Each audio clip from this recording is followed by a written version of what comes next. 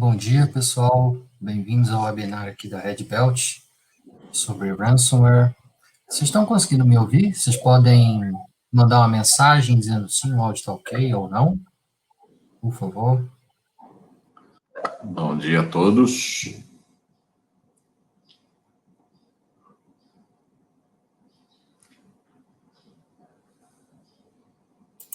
Bacana. A gente vai aguardar só uns minutos para o pessoal conseguir entrar. Em breve começamos, tá?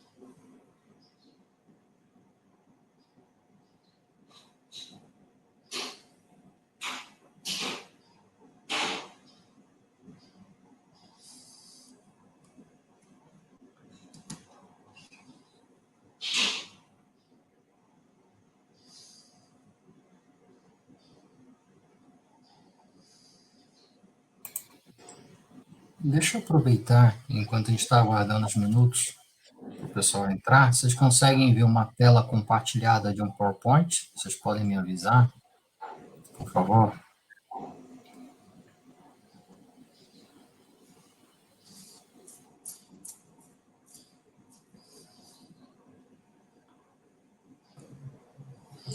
Oi, Max, tá preta a sua tela.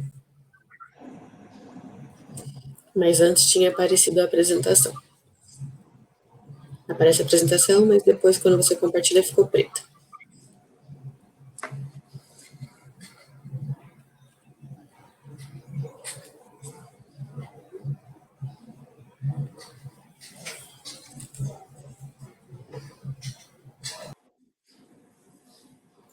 Certo. Agora está aparecendo, né? Demorou um tempinho.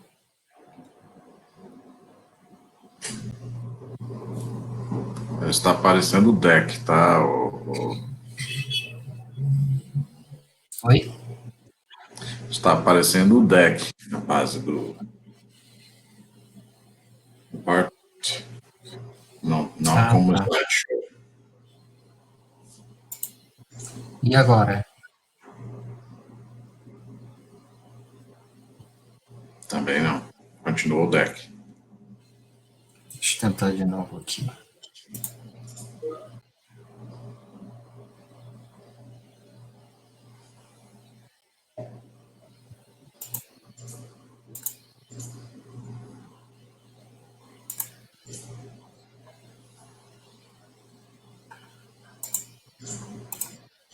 Acho que agora deve ir, né? Aparece?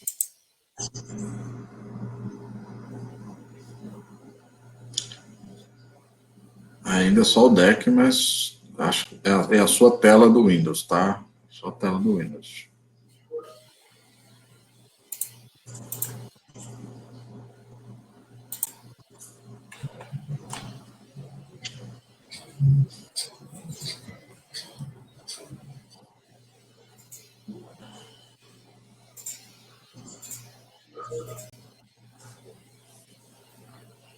E agora?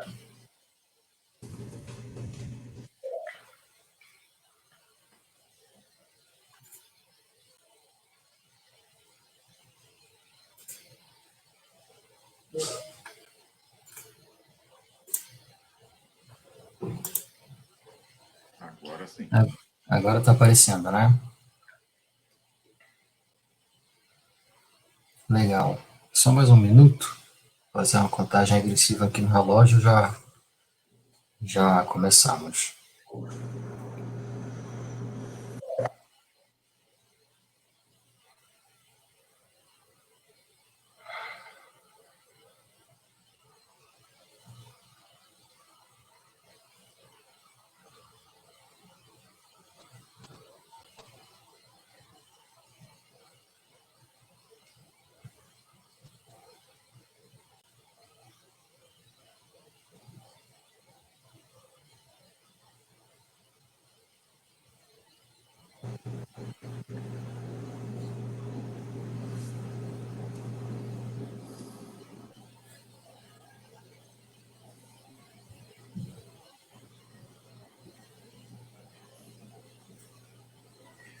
Pronto, já deu um minuto.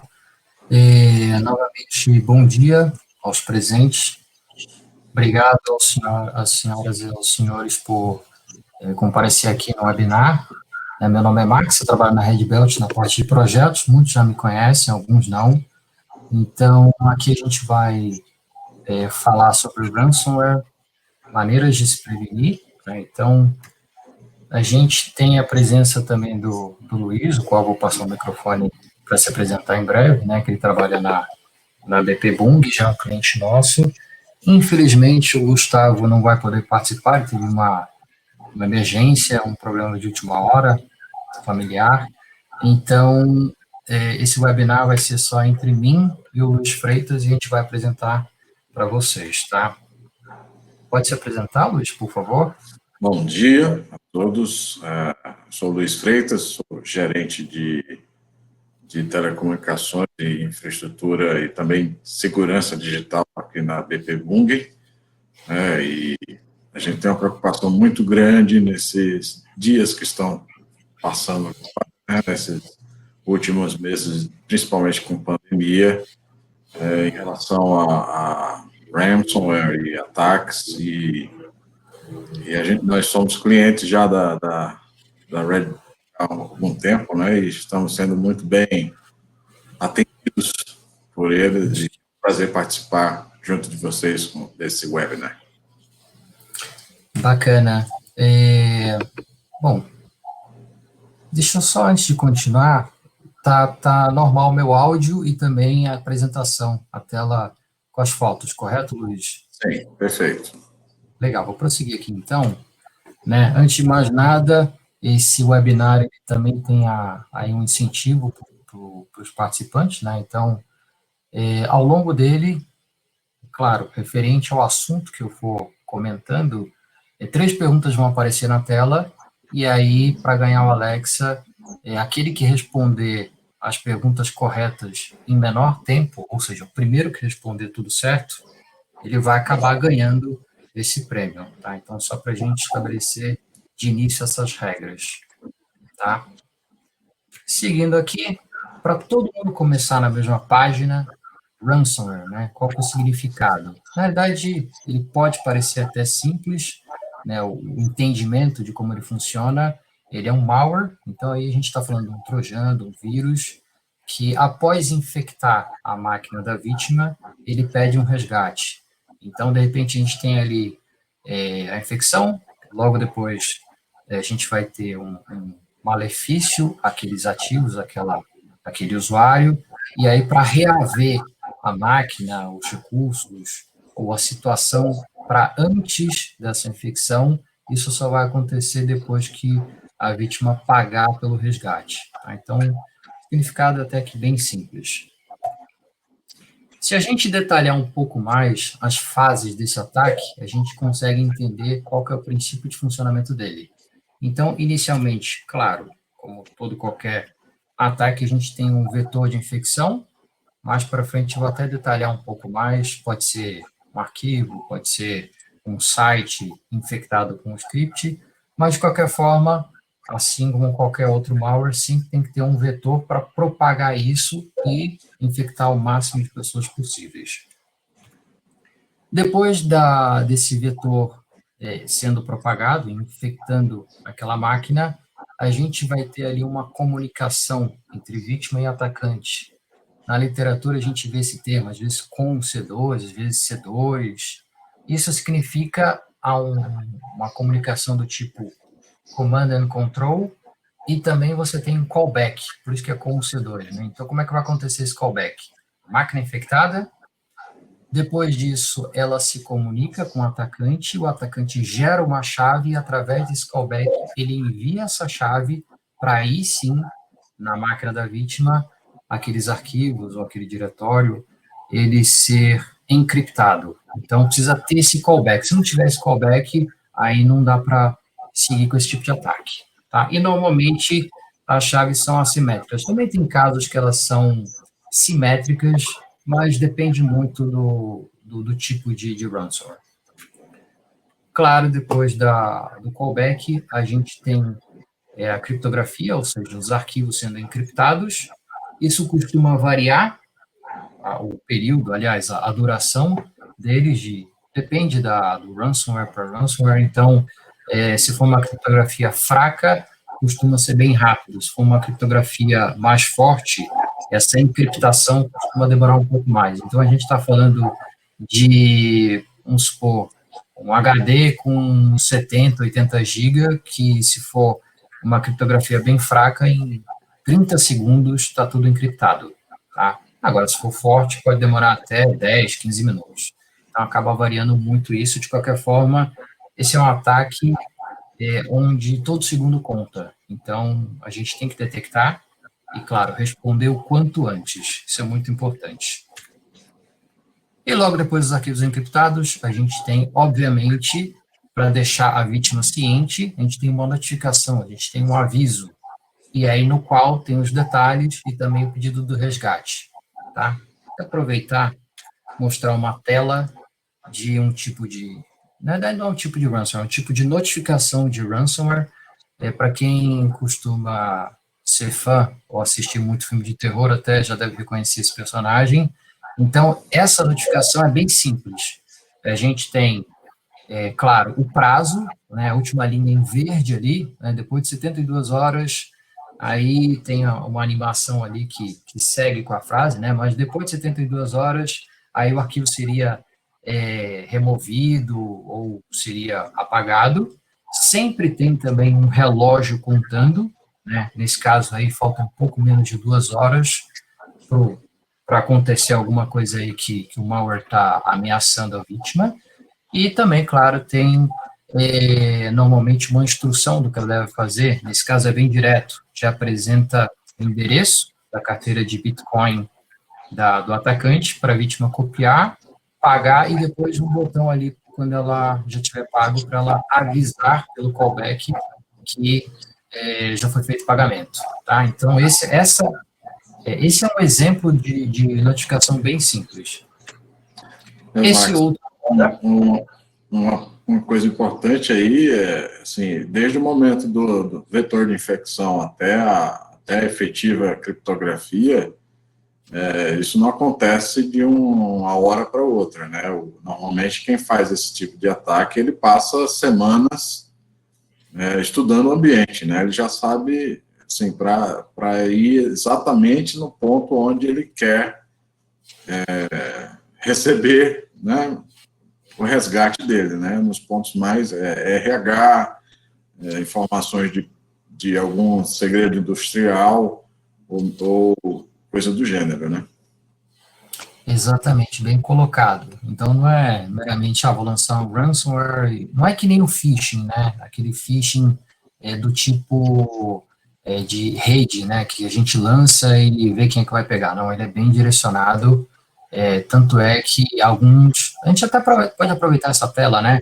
Nesse caso, ele está pedindo 10 euros em Bitcoin.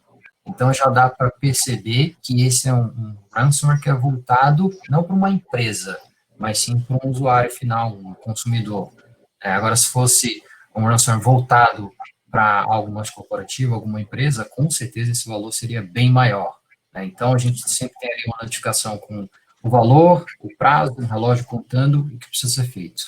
Tá? E, claro, sempre uma ameaça, né? Se você não fizer isso, algo vai acontecer. Seguindo aqui, mais um exemplo, né? Esse é um pouco diferente. Nesse caso, a receita do bolo, as instruções, elas pedem para o usuário, para a vítima, ela baixar o navegador Tor, depois entrar no endereço, depois que entrar no endereço, ela pegar a chave pública, inserir lá, e aí, depois disso, aí o atacante vai pedir, vai esperar pelo resgate, a vítima, se for pagar, ela vai ter que esperar a boa vontade do atacante realmente, depois de um tempo, reconhecer aquele pagamento e enviar a chave de decriptação. Não é algo instantâneo, ela sempre fica esperando a boa vontade dele, que às vezes pode ou não enviar a chave, né? Você ia falar algo, Luiz? Quando envia a chave, né? Em muitos casos ele não envia a chave. Às vezes nem envia, né? Então, isso é uma coisa bem complicada, às vezes, porque a pessoa fica na incerteza, né? Então, às vezes é complicado. Mais um exemplo aqui, na verdade, esse não é um ransomware, esse é um phishing que gerou um ransomware. Eu decidi colocar esse exemplo aqui. Achei bem interessante, inclusive recente, né, já que a gente ainda está na pandemia. O governo do Canadá, ele acabou lançando uma iniciativa para os desenvolvedores locais criarem um aplicativo, daqueles que a gente até já viu vários sendo lançados, de localização.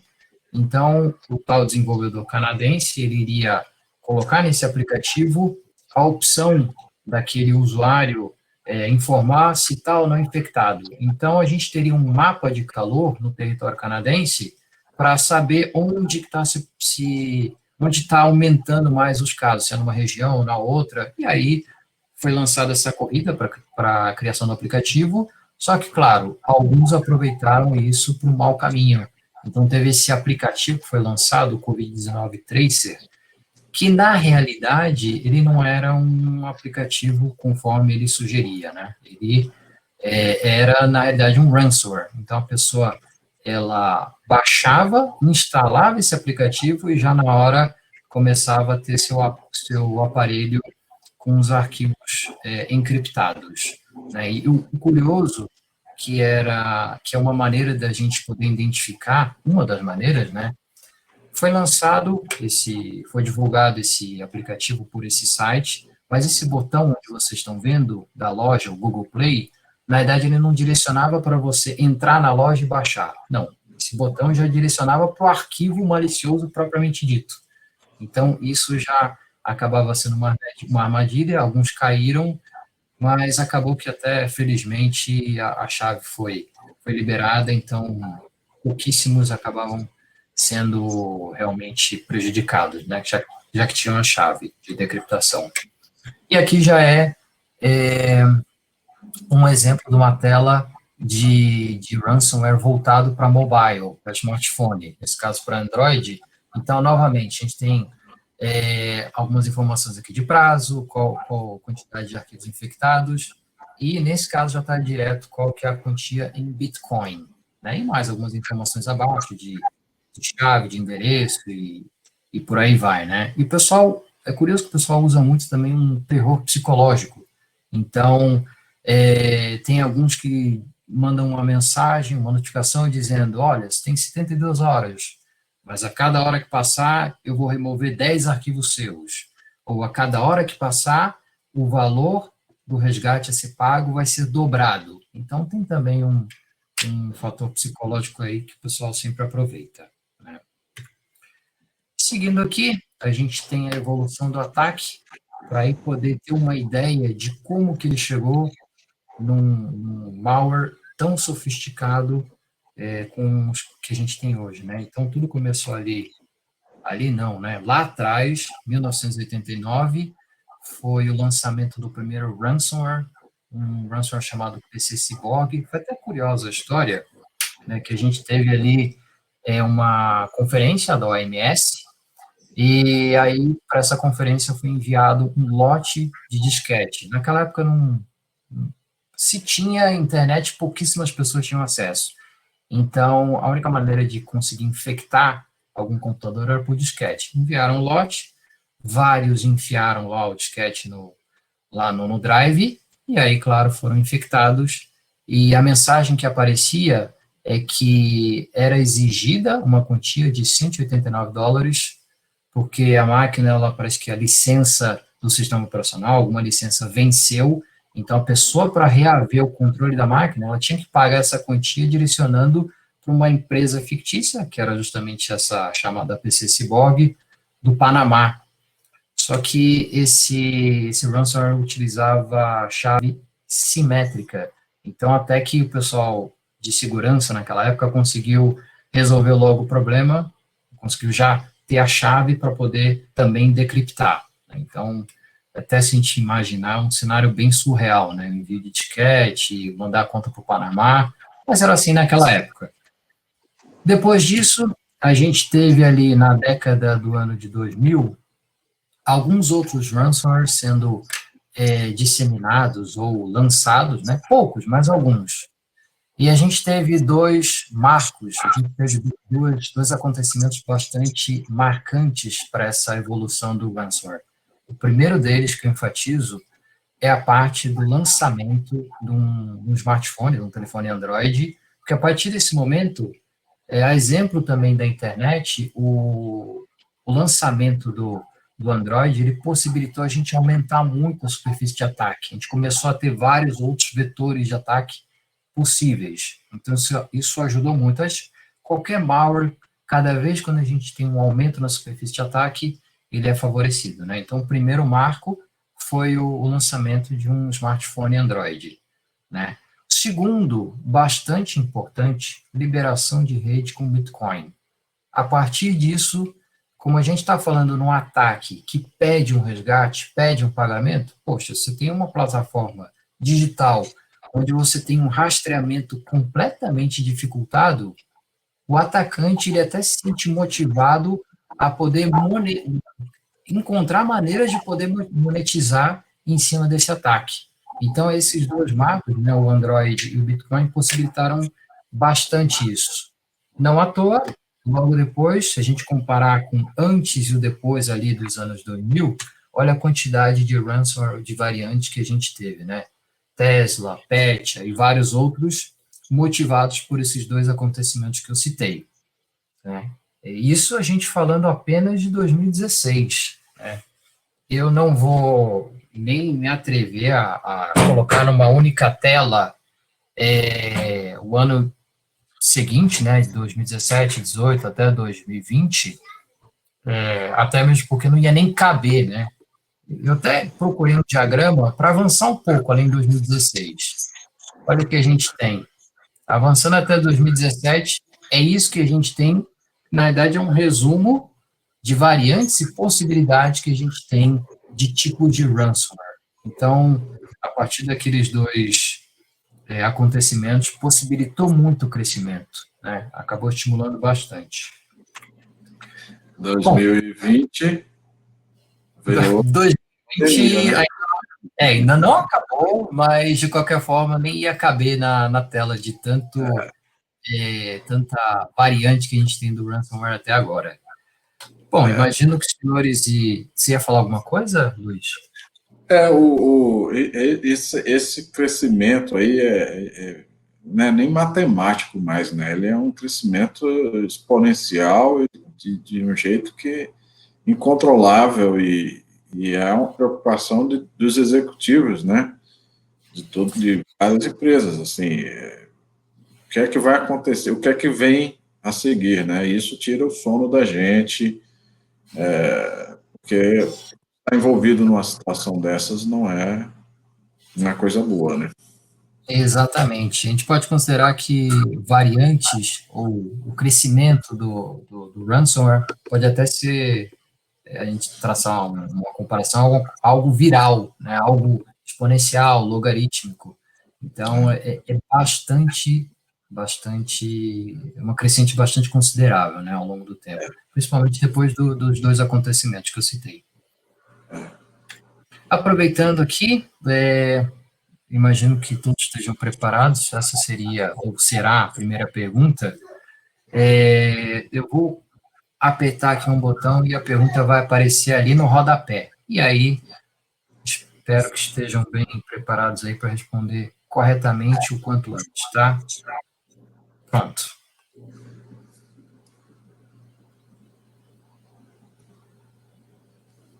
Podem responder no chat, por favor.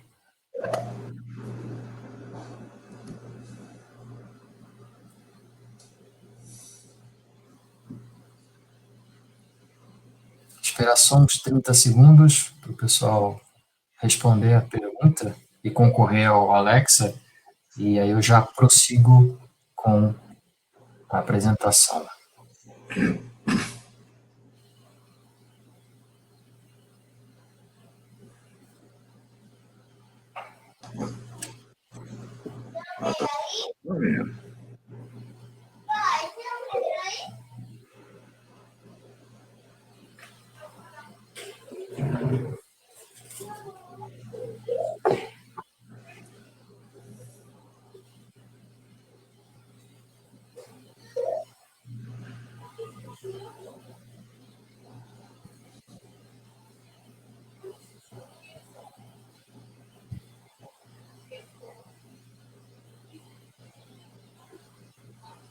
Bom, vamos prosseguir aqui, né? Imagino que todos já tenham respondido.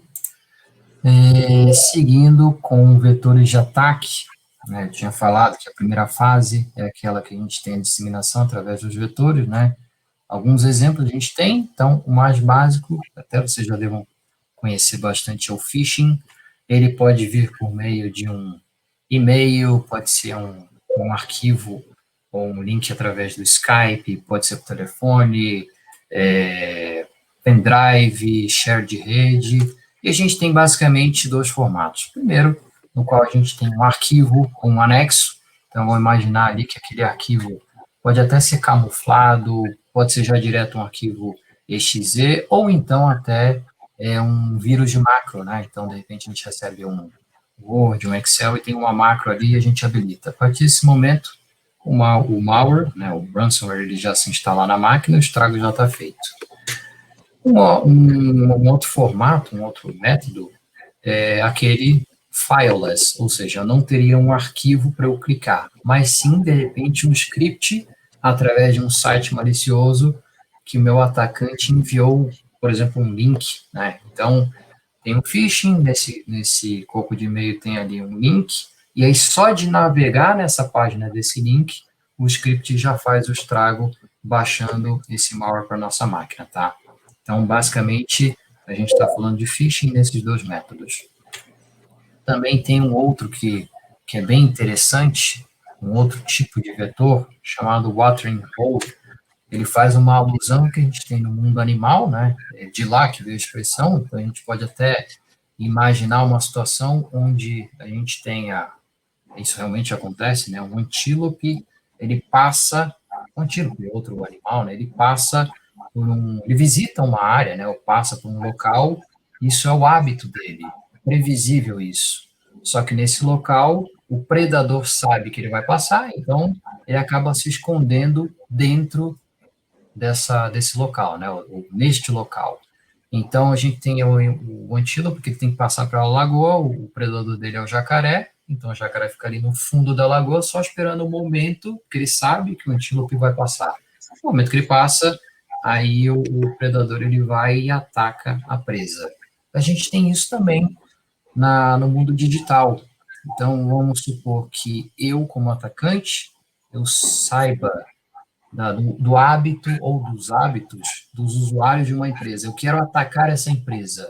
O que eu faço? Através de uma engenharia social, eu coleto as informações, faço um levantamento de quais sites são visitados comumente, e aí eu vou e infecto esse site legítimo. Eu posso colocar um script, posso fazer ali um ataque com um iframe, e a partir desse momento eu fico só aguardando a próxima vez que o meu usuário ou conjunto de usuários vai acessar esse site, e aí eles acessam o site e através de um script eles acabam sendo infectados. Isso parece uma coisa meio futurista, mas na realidade não é.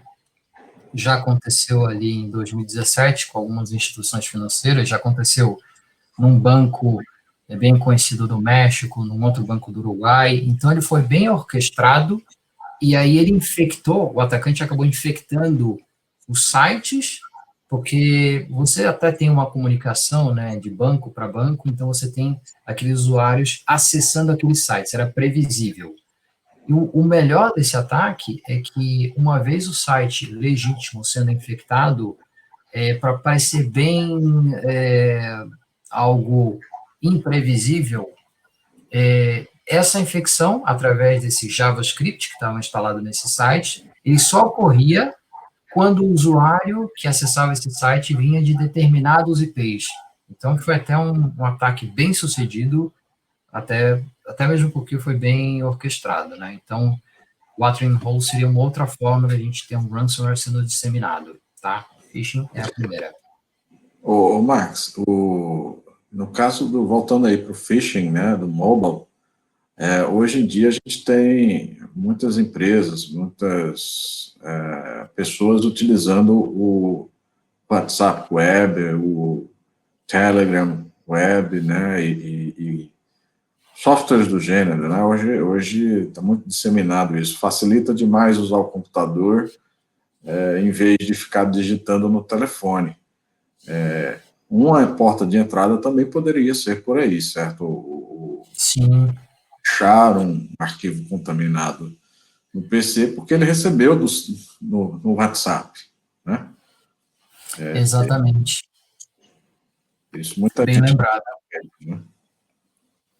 Exatamente, bem lembrado. A gente tem smartphone, tem computador, todo aquilo que eu falei, né? A gente aumenta os perfis de ataque, então acabam virando novos vetores, várias possibilidades de se atacar. Smartphone, foi até bom você ter comentado, né? Porque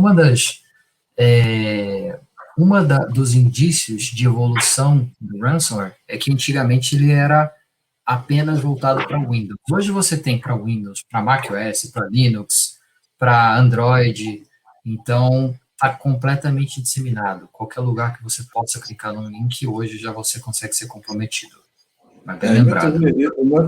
Muitas empresas segregam a rede, né? Fazem uma rede para celular, né? Uma rede Wi-Fi para celular, ou seja, essa rede não tem nenhum contato com a rede corporativa, vamos dizer assim, mas de repente abre o web, né? .whatsapp.com e pronto, você colocou seu celular dentro da rede, né? Você convidou alguém para entrar na sua rede. Exatamente. É um cuidado que tem que ter, é até bom você ter lembrado disso, segmentação, princípio básico de proteção de uma rede, né? Você tem que segmentar, até mesmo para conter, de repente, uma infecção, ela não propagar para a rede inteira, mas também tem que, quem está cuidando da rede, notar esses contornos que o ataque ele pode fazer, né? Ele não está numa rede segregada, mas através do celular, mas, de repente, com o WhatsApp, que veio do celular, ele está num computador que esse sim já está dentro da rede. Bom exemplo que você citou. Bom, seguindo aqui, tipos de ransomware, a gente tem o primeiro alguns chamam de DOS, né? Até coloquei entre aspas, porque, na verdade, o pessoal pensa muito em DOS como requisições em excesso, e aí você vai derrubar um site, derrubar uma máquina, pensa logo em volumetria. Nesse caso, o DOS significa, eu tenho um serviço que está sendo negado, serviço que foi derrubado. Então, se eu acesso os arquivos, de repente um servidor de arquivos, e que eles estão todos encriptados, é um serviço que está sendo negado para mim. Se eu acesso um servidor e esse servidor está desabilitado também por um ransomware, também é uma negação de serviço. Então, o DOS a gente pode encarar como um ransomware convencional, né? Aquele que a gente já conhece, no qual comumente os arquivos são encriptados e depois é pedido um resgate. Então, esse seria o primeiro tipo, entre aspas, um DOS ransomware. O segundo tipo, um DDoS ou um RDoS, né, R de ransomware.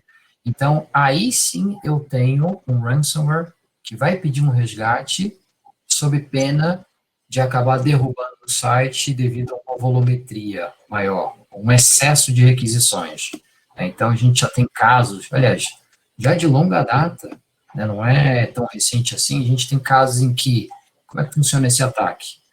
O meu atacante, ele normalmente envia um e-mail dizendo, olha, eu sei qual que é o seu site, e se você não me pagar essa quantia em 2 horas ou 24 horas, esse site vai sofrer um DDoS. Né? Alguns enviam antes de enviar o DDoS, outros ficam só na ameaça, outros enviam o DDoS e depois avisam por e-mail, e alguns até durante o DDoS, né? Mas essa é uma variação que de tempos para cá tem sido utilizada também. E a gente tem o Data Breach Ransomware, que na realidade é um ransomware que lhe pede o resgate sob pena de vazar informações, de publicar ou até mesmo vender informações confidenciais que a minha empresa possui. Então, ele manda um aviso dizendo, olha, eu tenho essas informações suas e se você não me pagar em tanto tempo, eu vou publicar essas informações ou na Dark Web ou em algum outro lugar. Tá? Então, basicamente, são esses 3 tipos. Né? O Data Breach, ele é um pouco mais recente, né? E eu até queria aproveitar uma tela de um ransomware. Coincidentemente, essa tela foi apresentada para a Red Belt por uma empresa que nos procurou essa semana, né? Eu vou até aqui destacar alguns pontos. Esse ponto aqui, legal de mencionar, esse outro também, e esse outro aqui também. Eu vou dar um zoom. Vocês agora devem estar conseguindo ver com mais clareza o que eu destaquei, né? Então, no primeiro caso, num único ataque, num único ransomware, ele encriptou os arquivos daquela máquina, daquele servidor. Além disso, esse malware, ele também ameaça publicar esses dados confidenciais, ou seja, é o data breach. E, por fim, não satisfeito, ele ainda ameaça a empresa de lançar um DDoS sobre o site dela, caso a empresa não pague. Então, é aquele ataque 3 em 1, né? Então, o atacante ele foi bem atrevido nesse sentido, né? E aqui não menciona, mas teve uma outra tela que essa pessoa que nos procurou enviou. O nome desse ransomware, desse ataque, é Matrix, né? Então, não é tão recente, não. Mas mesmo não recente, ele foi infectado essa semana e nos procurou, tá? Então, quer dizer, a gente não só está sujeito a ataques que são iminentes ou que são emergentes, mas também, de lá para cá, todo ataque, claro, exceto o PCCBOG, mas de lá para cá, todo ataque que envolve Bitcoin e se propaga pela rede, a gente está suscetível. Então, uma variedade muito grande, a gente está, digamos, vulnerável, né? Bom, um pouco aqui de estatística, né? Eu gostei dessa, para variar novamente o Brasil em primeiro lugar, só que essa estatística ela se refere apenas à América Latina. Então, a gente tem ali disparado o Brasil em quase 47%. Isso é de 2020, né? Até o momento, claro, né, o ano ainda não acabou, né? Mas é uma pesquisa, um relatório que foi lançado pela Kaspersky. Então, o Brasil disparado no país que é mais atacado. Então, quase metade dos ataques na América Latina estão com o Brasil, seguido de México e Colômbia. Um pouco mais de estatística, a gente tem agora falando no cenário global, né?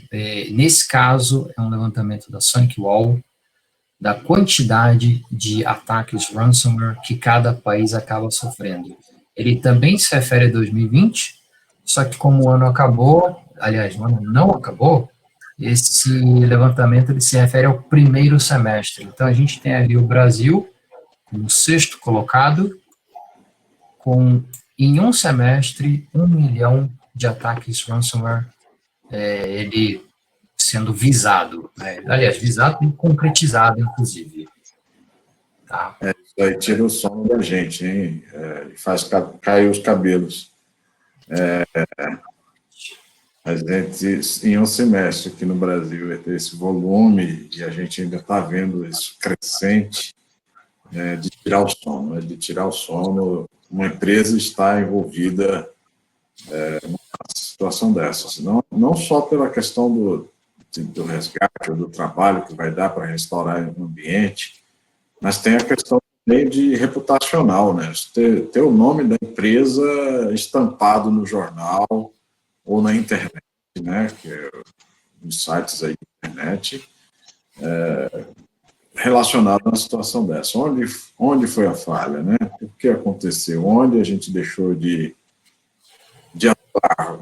Onde foi o problema, né? Isso é preocupante. E ter um grupo de executivos, ou os executivos da empresa preocupados com isso é muito importante. Exatamente. É bem complicada a situação, né? E, claro, a gente só tem essa estatística para apresentar agora de 2020. Só que, se a gente levantar ano após ano, nunca teve um ano que no seguinte teve decréscimo, é sempre crescimento. Então, a tendência é isso aí cada vez piorar, né? Teve até um outro número que me chamou bastante atenção.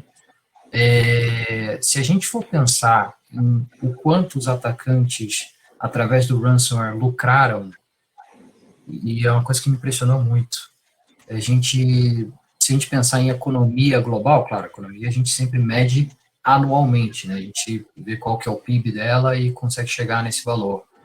Ransomware poderia ser o terceiro país, terceira potência, né? A gente tem ali primeiro os Estados Unidos, segundo China, e o terceiro é esse país imaginário que é o ransomware, de tamanha lucratividade, quanto maior a lucratividade, rentabilidade a gente tem, isso mais incentiva os atacantes sempre investirem nesse tipo de ataque. Tá bem impressionante. Terceira economia do mundo, esse tal de ransomware. É interessante isso, né? Que você consegue comprar numa lojinha, né? Entre aspas, uma lojinha na internet, quais são os plugins ou as funções que você quer usar no seu ataque, e isso está fazendo, não só por causa do resgate que as pessoas pagam, mas tem pessoas comprando essas lógicas de programação exatamente para usar nos ataques, né? Então, existe um verdadeiro comércio já envolvido nisso. Sim, exato. Até naquela evolução, na linha do tempo, um termo que eu acabei não mencionando, eu esqueci, mas o ransomware, ele acabou possibilitando o que se chama hoje de, ou ransomware possibilitou, esse malware possibilitou o ransomware as a service. Então, a gente tem ali uma loja na Deep Dark Web, onde você consegue comprar por um valor, e aí você tem tudo ali customizável, né? Você pode colocar a mensagem que você quiser, você pode escolher o valor a ser cobrado, aí você clica e manda para a empresa, através de um phishing, algum outro vetor. Isso é bem impressionante até, né? Até participação de lucros, né? Exato, exatamente. Casos conhecidos, vamos lá, o que está acontecendo aí com as empresas, quais foram detectadas, né? A gente tem alguns exemplos, claro que não vai caber na tela se a gente for citar todos, mas o primeiro que eu gosto de mencionar é a Light. Isso foi um caso, não sei se é agosto, setembro, foi esse ano, né? Ela acabou sendo atingida por um ransomware, ela não divulgou se pagou ou não, era um ransomware que pedia 7 milhões, e claro, em formato de Bitcoin, né, 7 milhões de reais, e aí ela divulgou, poxa, a gente sofreu um ransom, um ataque, mas depois de um tempo a gente conseguiu restabelecer as operações. Então isso é um caso que a gente já começa a pensar, poxa, não é mais empresa de determinado segmento ou não. Qualquer empresa que não possa parar, inclusive uma concessionária, ela já é visada. E quanto mais crítico o serviço que ela presta, mais o resgate vai pedir em valor monetário. Tá? Então, a Light, o primeiro caso, né, que eu iria mencionar. O segundo da Foxconn, até o Luiz estava conversando comigo a respeito. Se quiser até comentar um pouco mais aqui para o pessoal, Luiz. Esse caso da Foxconn foi interessante. Quem não sabe, a Foxconn é a fabricante dos celulares da Apple, né? Eles conseguiram invadir o sistema e, segundo informações, eles comprometeram 1.200 servidores. E interessante nesse caso, e a gente vai falar de backup mais à frente, é que muitas empresas estão se apoiando no backup para se garantir em relação a esse tipo de ataque. E os atacantes já descobriram isso, né? Porque eu não pago o resgate e eu faço meu backup. Agora eles destroem primeiro o backup, né? E no caso da Foxconn, destruíram de 30 a 40 terabytes de backups. Então, hoje a gente tem que se precaver a respeito também dos backups, né? Então ele entra no ambiente, passa ali semanas avaliando o ambiente, prepara o ataque, que não vai acontecer de uma vez só, né? Ele passa ali 2 meses, sei lá, ele tem tempo. E ele vai afetar na hora que ele já tiver com todas as cartas na mão. Interessante nessa lista que o Max está trazendo é que são empresas e algumas que vai trazer são empresas que são do setor elétrico, são setores essenciais para a economia, né? Exato. E elas são as mais visadas porque, assim, precisam ter a resposta imediata para não perder os clientes ou pagar uma multa, alguma coisa desse sentido. Exatamente. Até um outro exemplo, né? A Canon é uma empresa japonesa ali de máquina fotográfica, de foto, né? Então, também esse ano ela foi infectada, ela foi atingida pelo ransomware. Também, aproveitando o exemplo dela, tiveram outros nesse segmento, a Garmin, que é uma empresa ali de telemetria, né? Tem aquele relógio e tal. Então, não tem segmento específico, né? Todo segmento que ele possa ter suas operações atingidas e gerar prejuízo, ele é visado. E, por último, né, eu iria mencionar aqui de casos conhecidos, esse que chama muita atenção, ele foi também aqui nesse semestre de 2020, o Hospital Universitário na Alemanha, de Düsseldorf. Então, a gente teve ali um caso em que o hospital, para suas operações, ele sofreu as interrupções, o ransomware ele contaminou ali os servidores, então o hospital parou.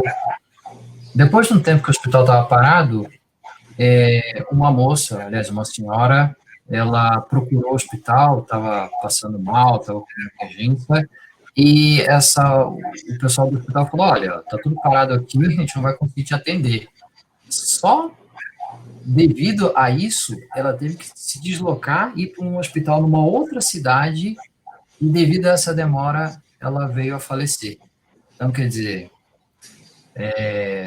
quando a gente pensa em ransomware, não tem honra, não tem escrúpulos, o pessoal ali desse cybercrime só visa o lucro, doa quem doer. Né? Então, esse é um caso que, na verdade, foi o primeiro que ocasionou a morte, por isso que ele foi destacado até durante o ano, né?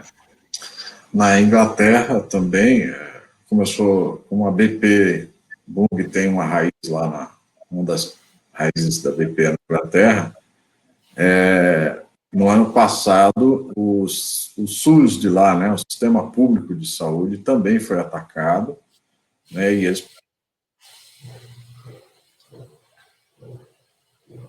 Alô?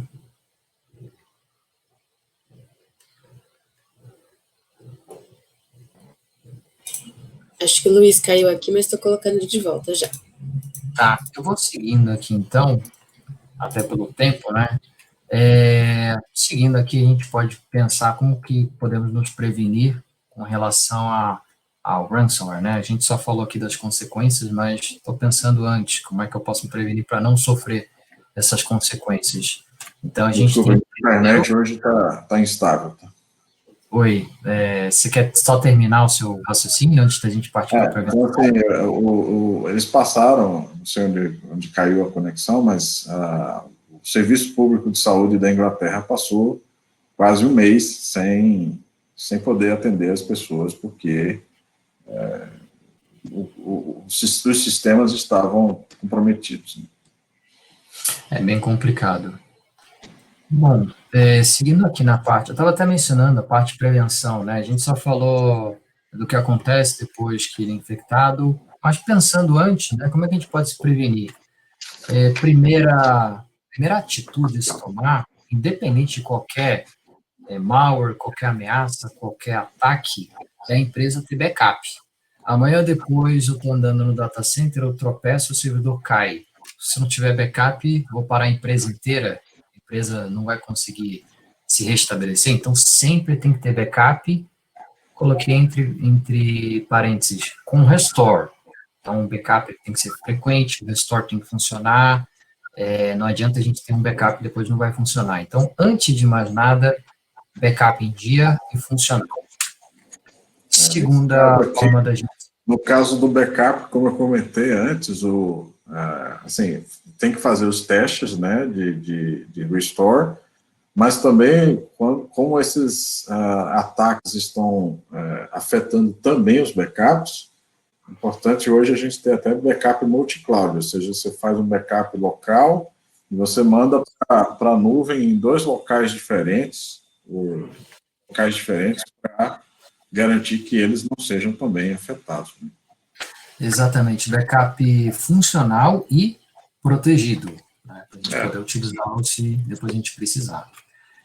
Políticas, né, da empresa e também treinamento, conscientização. Não adianta nada a gente ter o ferramental, ter as ferramentas e a gente ter usuários que clicam onde não devem, né? A gente vai toda hora ficar tendo que enxugar gelo.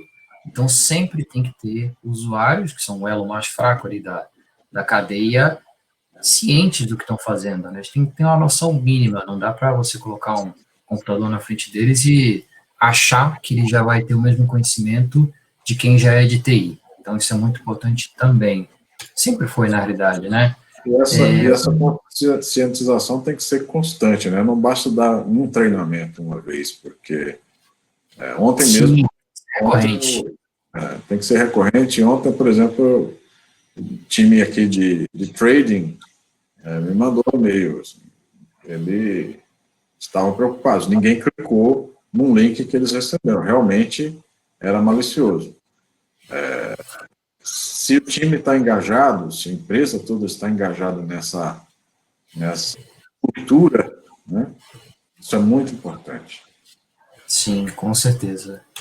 Bom, além disso, a gente também pode se prevenir com ferramentas individuais, né? Então, a gente está falando aí de antivírus, anti-phishing seria uma outra ferramenta, firewall mais uma, IPS, também a gente pode usar MFA, EDR, então a gente sempre tem que ter ferramentas que a gente tem não só a visão perimetral, como também a gente tem a visão mais granular, né? Além disso, a gente também precisa pensar em vulnerability assessment, né? A gente pode até pegar um caso que ficou muito famoso, um ransomware chamado WannaCry. Ele, claro, encriptava os arquivos, só que, além disso, ele também tinha um mecanismo de propagação que ele aproveitava uma vulnerabilidade do SMB, um share de rede.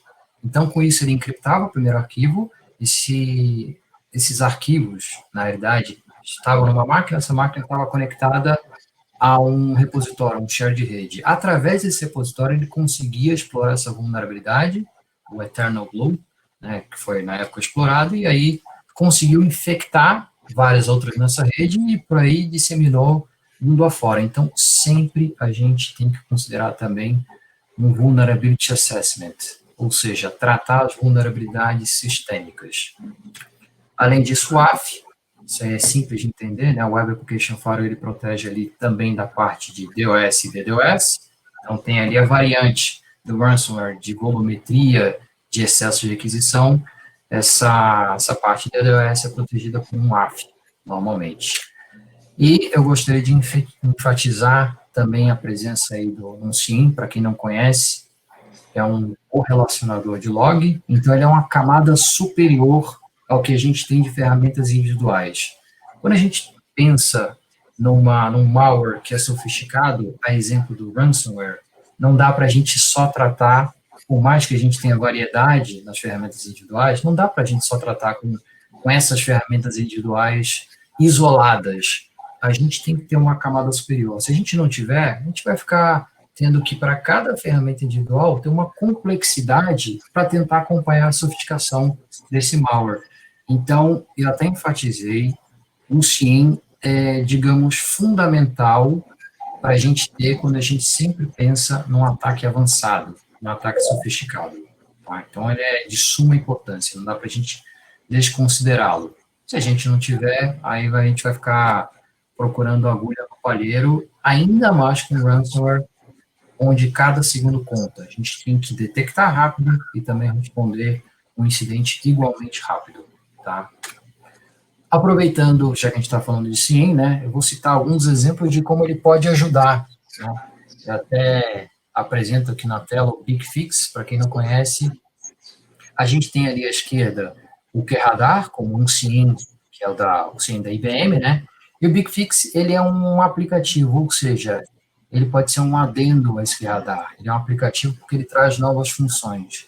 Então, se a gente considerar como é que funciona um ataque de ransomware, a partir daquela fase onde a máquina vítima ela já recebeu pelo callback a chave de encriptação, a pronto, ela já começa a encriptar tudo que é arquivo útil. Ela não vai encriptar todos os arquivos, porque também, se encriptar tudo, a máquina não sai para a internet, não se comunica, mas os arquivos úteis, a partir do momento que tem a chave, já começa a encriptar tudo. Então, vai ser aquela atividade bem intensiva de abrir o arquivo, encriptar e fechar com uma nova extensão. E aí você tem isso sem parar, às vezes é bem rápido, mas isso é bem intensivo. Então, você pode criar uma regra no QRadar, dizendo o seguinte, olha, eu estou monitorando esse servidor. Se esse servidor tiver, por exemplo, mais do que 500 logs de alteração em arquivo, que é isso que normalmente nessa fase de encriptação acontece, se tiver mais do que 500 por minuto, você avisa o BigFix. O BigFix, ele vai, claro, através de um agente naquele servidor, ele vai identificar qual que é o sistema operacional e, através desse script, identificando o sistema operacional, ele vai mandar uma instrução para matar aquele processo que está encriptando. Então, isso é uma maneira que, até inteligente, que você tem, utilizando um CIEM em conjunto também com um recurso que se conecta a ele. Tá? Então, identifica, o BigFix cuida de matar o ransomware ali na fase inicial. Isso é uma maneira. A segunda, ainda pensando em CIEM, se refere à parte de Threat Intel. Conhece Threat Intel, um sistema de inteligência. A IBM tem o dele, a Cisco tem a dela, coloca. Cada fabricante tem o seu sistema de inteligência. E esse sistema, ele monitora ataques emergentes, ele monitora, de repente, tendências ou campanhas de phishing, a partir do momento que elas começam a ser disseminadas. Então, ele libera, esse sistema, alguns feeds com anúncios, com sugestões, com recomendações de segurança, e o QRadar, o CIEM, recebendo esse feed através do Threat Intel, do X-Force, ele consegue já ir direto. Poxa, eu sei de uma nova campanha que está sendo lançada. Ele já pode, até na hora, pensar numa regra específica para essa campanha. Então, essa é a segunda maneira que eu trago do CIEM, né? Terceira maneira, né, aí a gente tem uma tela de um app, ou o que eles chamam de Content Extension, que é um app mais relatórios, mais regras customizadas, mais alguns recursos. Então, a gente tem alguns, inclusive, esse é o Endpoint Content Extension, que ele já tem também algo voltado ali para ransomware, né? Então, a gente já recebe essa informação. Com essa informação, a gente pode, de repente, ter até uma assinatura de um ransomware. E se a gente estiver monitorando o flow de rede, que é o que a gente pode fazer também com o CIEM, flow de rede é examinado, tem ali uma assinatura com a qual ela bate com o que a gente já recebeu de informação até pelo Threat Intel, pronto, a gente já consegue identificar até pelo tráfego, tá? Algumas outras telas de aplicativos, na verdade aqui vocês estão vendo mais informações. Ele recentemente não está mais disponível porque ele migrou para esse content da tela anterior, né? Então, esses outros dois, de ransomware e do WannaCry, eles já estão dentro desse aqui, Endpoint Content Extension, tá? Mais um exemplo aqui, a gente está falando de SOA, que é aquele orquestrador, e a gente pode até trabalhar com playbooks já voltados para a parte de ransomware, né? Então, a gente pode montar playbooks exclusivos para ransomware. A determinada característica que aconteceu, ele já na hora trata o que tem que tratar de forma automatizada, tá? Mais uma pergunta aqui, vou dar 30 segundos. O Max, o interessante no caso do CIEM é a capacidade dele usar todas as ferramentas que a gente tem, como antivírus, XDR e tudo mais, né? E correlacionar esses eventos e ser proativo uma ação de correção, né? Muitas vezes você tem só o antivírus, só uma ferramenta, você vai descobrir depois que a coisa já aconteceu, né? E com o CIEM consegue ser rápido na resposta, né? Exatamente. Exatamente, Luiz. Bom, eu liberei aqui a pergunta, só dar 10 segundos para aí sim partir para o resto da apresentação, que já até está terminando, está no fim.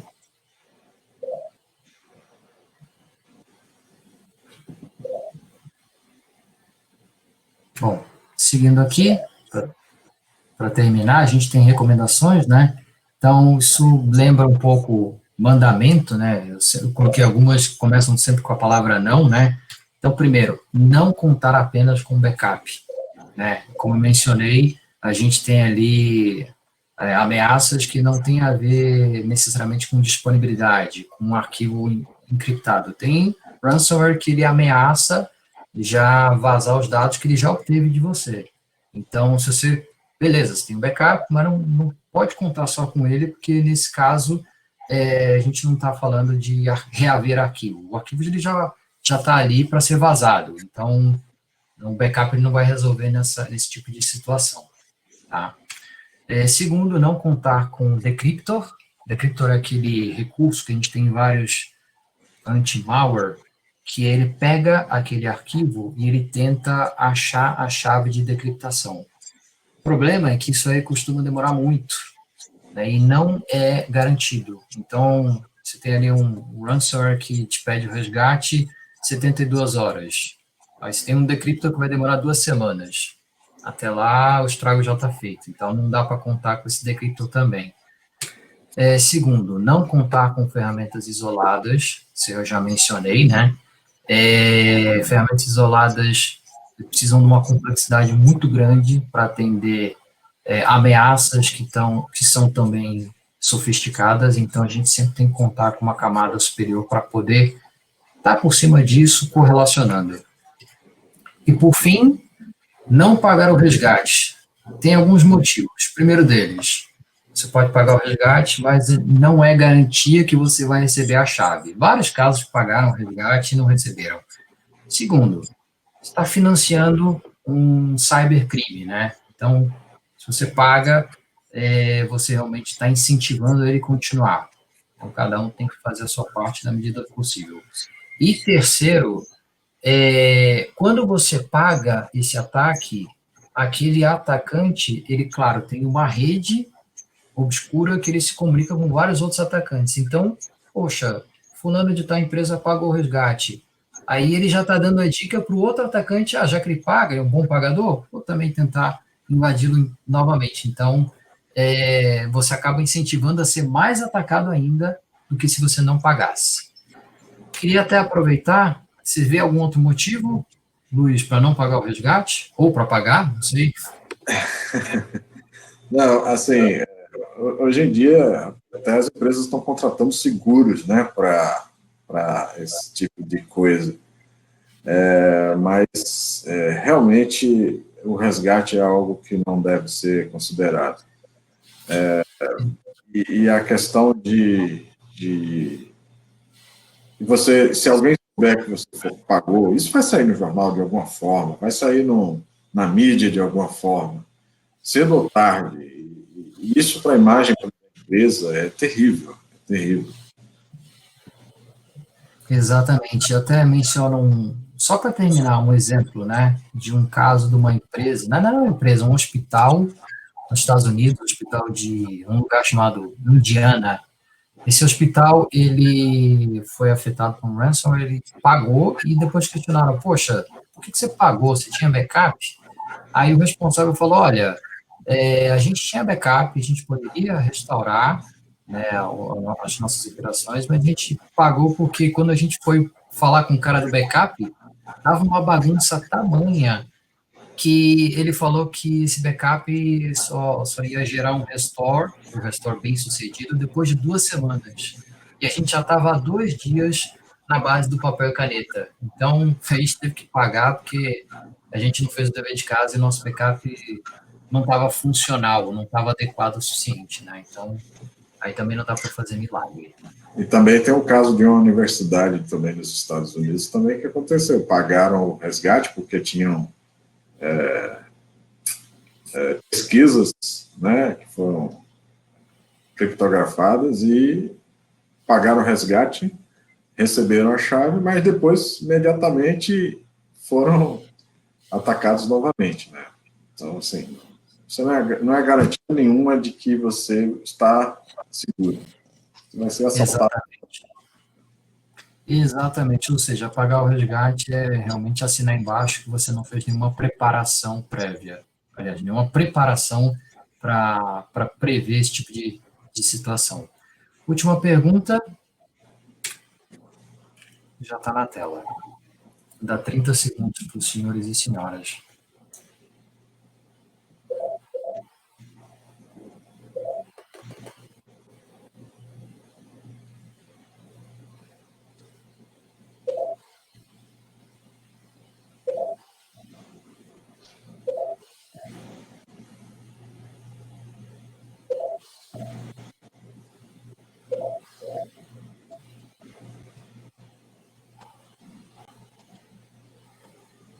Bom, seguindo aqui, Participando. enquanto as respostas elas estão sendo enviadas e a Carol ela está fazendo a apuração disso, estou à disposição caso alguém tenha alguma dúvida adicional.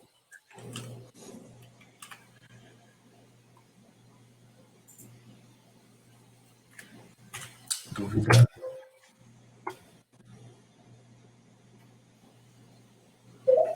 Deixa eu voltar aqui até para a tela.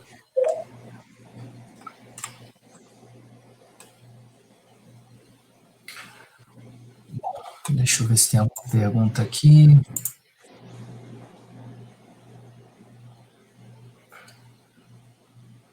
Você chegou a monitorar, Carol, para ver se a gente tinha perguntas antes desse slide?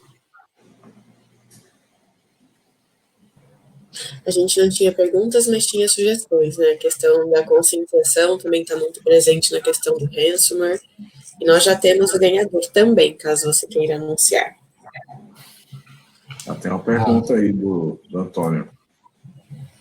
Utilização de certificados para criptografia de endpoints ajuda no combate ao ransomware?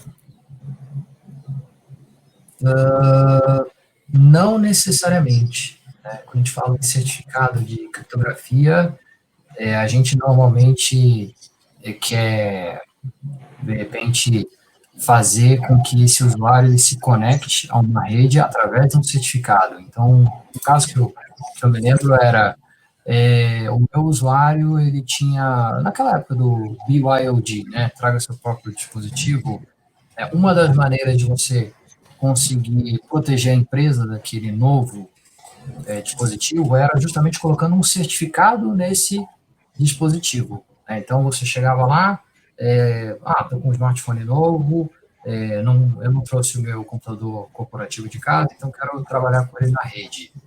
Então, a pessoa faz um login no portal e ele, através desse onboard, baixa um certificado. Com esse certificado, ele consegue logar na rede de forma segura. Né? Claro, para logar, ele tem que ter o certificado, para ter o certificado, ele teve que, de repente, usar a credencial contra um AD. Então, o certificado é mais para proteger a rede de um endpoint que pode ou não ser malicioso. Então, no caso do ransomware, você está recebendo algo de fora. O seu certificado não vai proteger o que você está recebendo. Você vai proteger a rede de receber aquele endpoint que está certificado. Ficou claro? No caso assim, existe também, tem o Windows vem com, por exemplo, com o BitLocker, né? Você vai criptografar o que já está criptografado. Nesse caso, o certificado de criptografia do endpoint é mais para evitar o roubo da informação se o endpoint for roubado. Exatamente. Dele, né? Isso. Uma pergunta aqui do Jorge: algum controle via GPO pode ajudar a mitigar ataque de ransomware? Quais? Na realidade, o GPO, você pode restringir o que o seu usuário pode fazer, né? Então, eu considero que não aliás, qualquer controle, qualquer proteção está longe de ser uma bala de prata, mas o GPO, de certa forma, pode ajudar, acho que no mesmo nível do anti-phishing, né? Porque o GPO vai, de repente, evitar que você, de repente, clique onde não deve, ou visite alguma rede sem uma permissão. Então, o GPO é um controle mínimo. Ajuda o ransomware? Sim, ajuda, mas é um controle mínimo. Talvez mitigar não, mas eventualmente até, assim, uma GPO de bloqueio de USB. Muita coisa vem por aí, né? Exato. Um pendrive, um storage externo, backup. Isso acontece Isso. direto, né? A GPO ela vai proteger para você ter cada vez menos vetores de ataque, menos superfície, né? Mas ela não vai atuar no vírus em si. Você vai evitar que você tenha opções de trazer o vírus, né? Esse aqui é o sentido. Rafael lançou uma pergunta aqui, você pode vir acompanhado de outros malwares? Com certeza. Então, a gente teve caso aí da tela que eu apresentei, um ransomware que ele pedia resgate contra a encriptação dos arquivos, lançamento no DDoS e também o vazamento de dados. O WannaCry, por exemplo, era um ransomware que, claro, ele encriptava os arquivos, mas ele também era um worm, ele também se propagava através de uma vulnerabilidade de SMB. Então, aquilo que eu apresentei na tela de fases, olha, vai vetor, command and control, callback, encriptação e notificação, aquilo é o básico do funcionamento dele. Mas, além disso, ele sempre está acompanhado de um DDoS, ou pode, né, uma ameaça de DDoS, ele pode estar acompanhado de um worm, de uma propagação, então, por isso que ele é bem avançado, bem sofisticado. Nunca só a encriptação propriamente dita. E recentemente, inclusive, foi descoberto também um tipo de malware que como fala, ele é mutante, né? Ele vai procurar todas as formas para entrar no ambiente. Então, assim, ele comprometer o ambiente. Então, ele pode usar de diversas táticas e se replicar de formas diferentes dentro do ambiente. Exato. Até aproveitar a pergunta do Rafael, uma variação, uma variante que eu lembrei agora, que ainda não vingou, mas achei bem interessante, que é o seguinte, ele também tem a ver com DDoS, mas ele funcionaria da seguinte maneira, você tem o ransomware, que é lançado contra uma vítima, ele vai encriptar aqueles arquivos, e depois de encriptar, ele vai direcionar os esforços para acessar um determinado site, e aí desse site ele vai baixar o quanto ele conseguir de arquivos para jogar no diretório temp dele. O desafio é eu ter vítimas que fazem que acabam sofrendo essa infecção de forma simultânea, e se isso acontecer a forma simultânea que eu estou me referindo, você vai ter a infecção, já logo depois, todo mundo ao mesmo tempo baixando esses arquivos do site. Aí é um DDoS. Mas até hoje a dificuldade é realmente infectar todos simultaneamente, né? Então, esse aqui é o desafio. Mas não duvido não que o pessoal já está correndo para tentar possibilitar isso, viabilizar esse tipo de ataque. Mais alguma pergunta, senhores e senhoras? Temos o ganhador, Carol? Ou a ganhadora? Não sei. Mas eu anunciei aqui no chat. O grande ganhador foi o Antônio Tomé. Vou entrar em contato com o Antônio via e-mail para dividir as informações. Legal. Eu acho que, nesse caso, a gente já pode encerrar, né? Mais uma vez agradecendo a todos pela presença, desculpa aí ter passado um pouco do tempo. E não sei se o Luiz quer fazer algum comentário final. Foi ótimo participar. Obrigado aí pela oportunidade também. Foi bom ter a audiência aí participando aí desse evento. Muito bom. Precisando entrar em contato, está aí meu e-mail. Só entrar em contato. Legal. Mais uma vez, obrigado, pessoal, e me coloco à disposição, assim como também a Red Belt como um todo. É isso, e até a próxima. Obrigado.